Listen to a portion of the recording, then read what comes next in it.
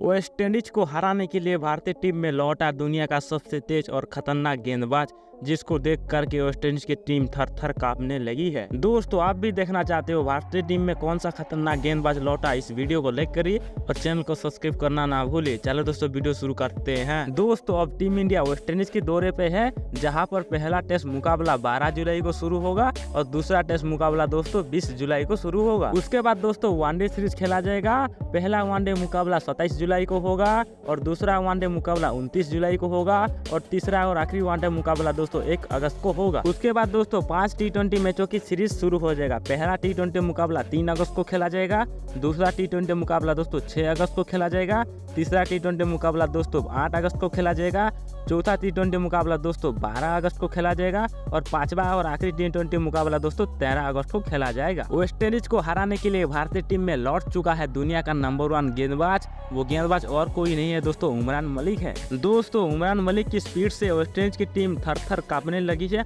अगर West Indies के खिलाफ उमरान मलिक को प्लेइंग 11 में मौका मिलता है तो अकेले दम पर वेस्ट इंडीज टीम को तहस नहस कर देंगे। दोस्तों, आप लोग कमेंट बॉक्स में जरूर बताना भारतीय टीम ये तीनों सीरीज में से कितना सीरीज अपने नाम करेगी।